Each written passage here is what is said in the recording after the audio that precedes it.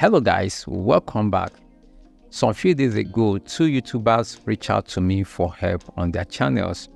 One had over 380,000 subscribers and the second one had over 20,000 subscribers. So from the title of this video, your guess is accurate. Their channels have been deleted from YouTube. So in today's video, I'm going to share what happened to one of them and what you can do to avoid similar incidents on your channel. And if you already find yourself in similar situation, what you can do to get back your channel. If you do more of reaction videos on your channel, this video will be helpful to you because this channel with over 380,000 subscribers is into the movie recap niche. So what they do is they do a total recap of movies in less than 10 or 15 minutes. And this type of content, a lot of people are interested in them because some movies that you have not watched before, you'll be opportunity to watch the recap in less than 15 or even 20 minutes. So now the problem with this type of content, I'm talking about, reaction videos or reaction niche, whether in educational or in entertainment, whichever niche you find yourself, if you do reaction, most times you need a portion of the content you are reacting to. Most times you need to incorporate it into your videos. So the problem with this type of niche or this type of content is that you will depend on someone else's videos to make your own video. For example, if I want to react to someone else's video or maybe movie or something that relates to a personality, I'll be forced to, to bring it home to my audience. I will need to get a portion of the content into my own video so that I can create a visual experience for my audience. I know some of you know about the fair use policy. If you don't know about this policy, it is a policy that enables you as a content creator to use someone else's or a portion of someone else's content in your own content. For example, now maybe if I want to talk about a particular topic, or a particular person, I can go to the person's or take the person's video and insert in my own video while I talk about it. So, but the problem with fair use policy is that it is not defined. What I feel that is a fair use of someone else's content might be infringing in his copyright.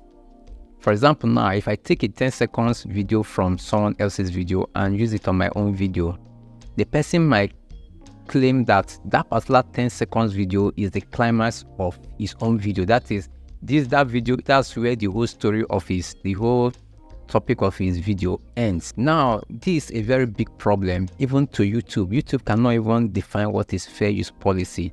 So in most cases, it might linger to the extent of, going to court. So the courts is the institution that has the final say about fair use policy. And again, one tricky thing about fair use policy is that it differs in different countries. So what is fair use policy in Nigeria could be different in Ghana or USA or other parts of the world. So when you're using someone's content, you must be careful how you use them. Like in some cases, some channels can totally use the whole of your video. They can just download the whole of your videos and then upload it on their channel. So like on my channel, I have several of such on my channel. And as you can see here, this is the one that I have requested removal. And this one is the one that has been matched by the YouTube algorithm. So now, if you face an issue of a copyright strike on your channel, what you need to do is to first of all contact the copyright owner, and then you try to negotiate with them or resolve the issue with them. So if both of you have agreed on a particular terms, then you can tell them, or they can request for the copyright claim to be removed on your channel. For example, now if I'm a copyright owner, and just like I've done to some of these channels, like this 𝗪𝗪𝗥𝗏 Digital School, I've already sent a copyright removal on them. I've requested a removal of my video on their channel. So like if they reach out to me and apologize and we agree to a certain terms, I can now, me as the copyright owner, I can retract that removal. So if you have a copyright strike on your channel, the first thing you need to do is to contact the people that initiated that copyright claim. I mean the copyright owners. Most times you can get their contact from the mail YouTube or Google will send to you. So if you check in that mail or even on your studio, you will see where you will see the contact of the people that owns the copyright claim or that are claiming, that's your video. So when you reach out to them, you can resolve the issue. If they ask you that you must delete it before they can remove the claim, you can delete it so that you can get your channel in good standing. So most YouTubers that have this copyright strike, when they get it, they just leave it like that. And that is not good, because you might be waiting for that copyright strike to elapse after 3 months, and you'll be surprised that you can even get a copyright strike before the first one expires. And when you get 3 copyright strikes on YouTube, your channel will be terminated forever. So when you get a copyright strike, the first thing you need to do is to reach out to the owners of this copyright. If you know you have the rights to the content, you can dispute it or appeal their copyright strike. But if you know you are not the owner or you are defaulting, reach out to them and then you negotiate with them, and if you settle in a particular term, probably most times to their own favor, when you settle with them, they can now retract the copyright claim, and when they remove it, YouTube will now remove the copyright strike on your channel.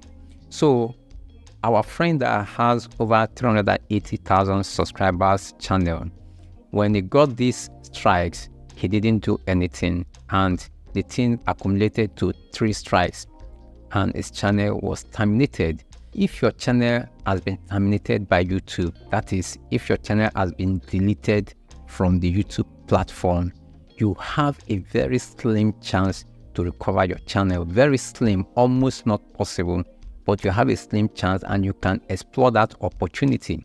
So what you need to do is to reach out to the people that initiated the copyright claims on your channel, because it was because of their copyright claim on your channel that made YouTube to give you that strike, and which accumulated to a termination of your channel. So you can reach out to them and negotiate with them, and if you guys settle, you can now tell them to request for a retraction of the claim they had on your channel. So when they do that, you will also need to email YouTube as a follow-up. From the YouTube support page, there's possibility to reclaim your terminated YouTube channel. So explore this opportunity, and one thing you need to have in mind is that time plays a good factor in this. So immediately you have this issue, try to resolve it immediately, especially the first copyright strike. Sometimes you can get 3 copyright strikes within days, and you can't do anything about it, and the next thing is your channel is terminated. So when you have the first copyright strike and you know you are at fault, meet them, resolve the issue with them. If you have a good understanding with them, they will definitely go back on at their own end and then request for a withdrawal of the copyright claim. And when they do that, YouTube will reinstate your channel, that is, remove the copyright strike. So I felt that I need to share this with you because it was so painful that a channel up to 380,000 subscribers, and it was getting so much views on his channel with the movie recap things. If you are watching this video and you have already gotten 2 copyright strikes already on your channel, you know that the third one is equal to your channel's termination.